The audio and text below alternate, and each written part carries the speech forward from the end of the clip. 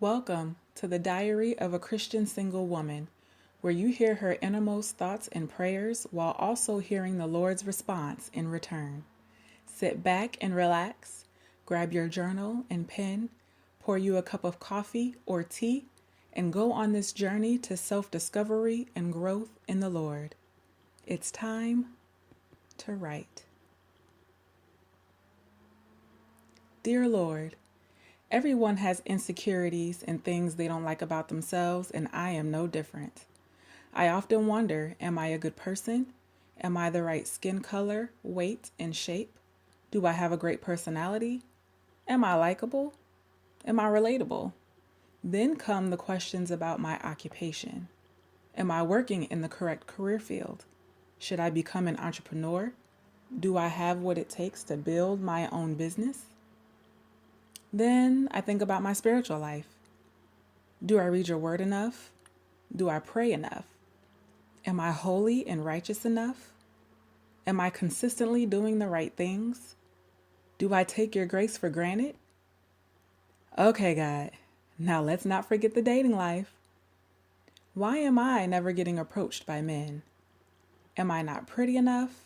Smart enough? Am I too ambitious or not ambitious enough? Do I not go to the right places? I mean, it's 2020. Am I the one that is supposed to approach a man now? Am I not in position to be seen? Questions, questions, questions. I have questions, God. I find that a lot of these insecurities can become crippling and hold me back from pursuing a lot of things I would like to do and even going places I would like to go. So, how do I navigate these things? How am I able to put my insecurities aside and still do it scared, like the saying goes? It's hard putting yourself out there when you're more on the quiet side, or even for those who are more outgoing, they wonder what judgment may come their way. How do you navigate these insecurities? How do you say, you know what? No matter what, I got this. I don't care what anyone else thinks. In thinking these things through, I believe it really just boils down to loving myself, all of who I am, and making no apologies for it. So instead of believing those insecurities, here is what I choose to believe. I am a woman of grace, substance, and beauty. I am a woman that with all of my flaws can still encourage and be a light to others. I am a woman that pursues my purpose and passion with everything in me. I am a woman with direction, a vision, and a plan for my life. I am a woman that knows that whatever I put my hands to will prosper. I am lovable and capable of loving. I am precious in your sight. You have strengthened me and have given me everything I need to live my life by your design. Lord, I realize that my insecurities do not matter. You will still use them for your glory. So I have no right to allow them to keep me from fulfilling your will for my life. In the end, I still have to love all of me, insecurities, idiosyncrasies, and all. I still have to know and believe in who you have created me to be. Because when I truly love me, all of me, then I am able to purely and authentically love someone else. I love you, your daughter. Dear daughter, thank you for bringing your questions to me. When you call on me, I will answer you and show you things that you do not know. I love when you are candid with me by pouring out your heart. It creates an intimate bond between us that I never want to let go. I understand that you have insecurities, but I have no regrets in how I made you. In regards to your skin color, weight, and shape, you are fearfully and wonderfully made, and I embrace every part of you. You are altogether beautiful, my beloved. There is no flaw in you. I purposefully gave you your personality and temperament to serve my purpose in the earth. You don't have to worry about if others like you. I love you. And as long as you're doing my will, Those who you are called to will come. In your career, whatever you put your hand to will prosper, as long as you remember that promotion comes from me and no one else. I imparted into you many gifts. You are a multifaceted woman because I am a multifaceted God. Do not limit yourself to just one thing and have fun discovering what I placed on the inside of you. I desire for you to prosper in everything you put your hands to. So how do I view our relationship? It's unique. Your relationship with me is unlike anyone else's. The time we take to cultivate our friendship will set you up for the rest of your life.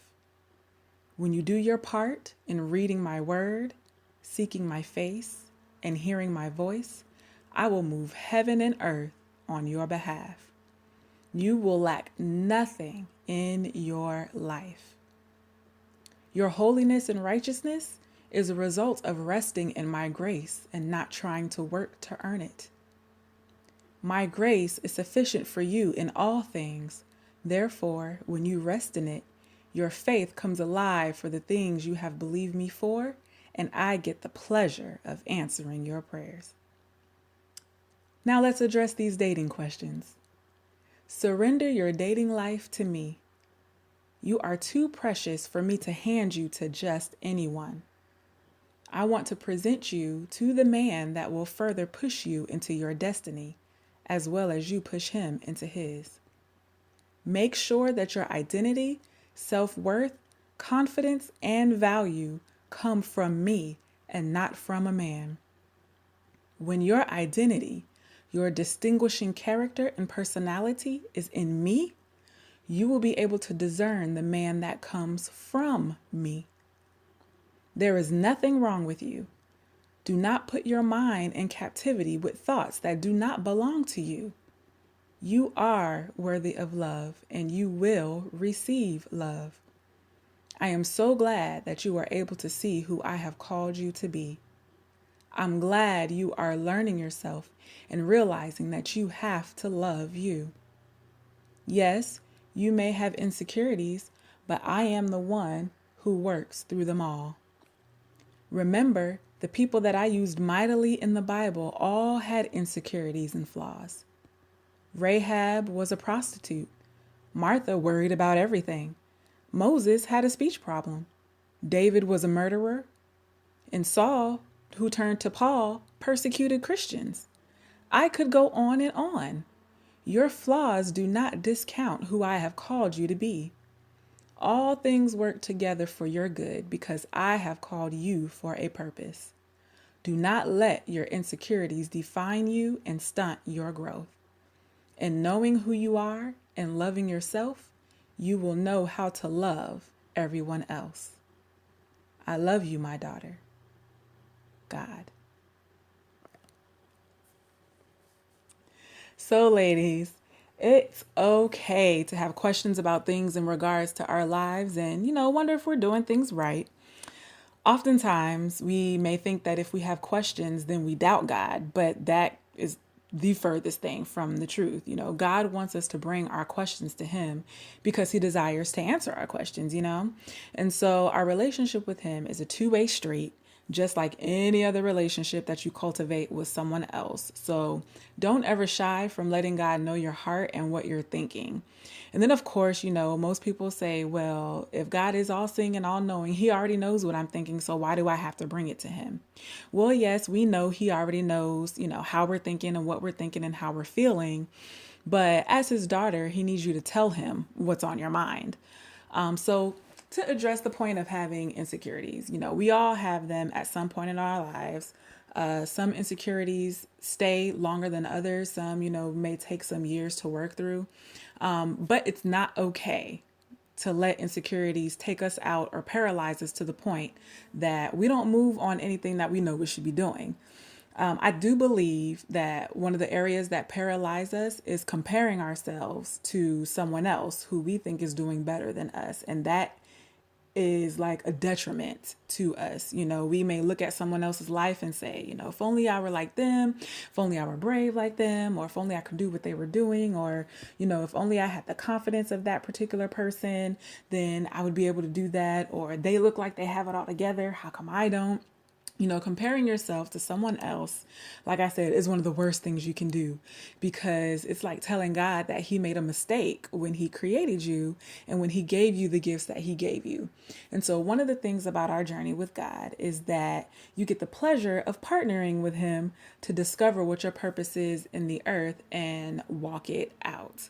And then in partnering with him, you'll realize that there's no need to compare yourself to anyone else, because what he gave you is unique, special, and spectacular in its own right. So, who cares if someone else has the same idea that you had? It doesn't mean that, the way that you would carry it out wouldn't be distinguishable and unique to you. Okay. So Jeremiah 29:11 tells us that God knows the thoughts and the plans that he has for you. So it's up to you to tap into those. And then when you do so, you realize that your insecurities are actually your strengths, and that your vulnerability to operate through those insecurities will bring life and healing to someone else. And that's one of the things that I'm learning, is the more that I am opening up and being vulnerable about my life and the things that I have experienced, the more other people have come to me and have said, wow, because you shared that, I was able to move forward in this or in that, so being vulnerable is not a bad thing, and having insecurities is not a bad thing. So you can't let, your negative thoughts about how you feel about yourself cripple you. Remember who you are and the power that you carry as a daughter of the King, right? So as you step out on faith and the boldness that God has given you, then watch how he will work in and through you. So be encouraged. You can do this. So thank you for listening to the Confessions of a Christian Single Woman podcast. Remember, ladies, that God loves you immensely. There are no boundaries or restrictions to his love.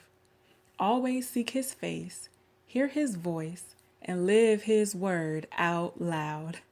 If you have any questions that you would like to hear addressed on this podcast, or if you would like to submit a journal entry, you can email us at diary@confessionsofaChristiansinglewoman.com. Until next time, may the peace of the Lord go with you this week.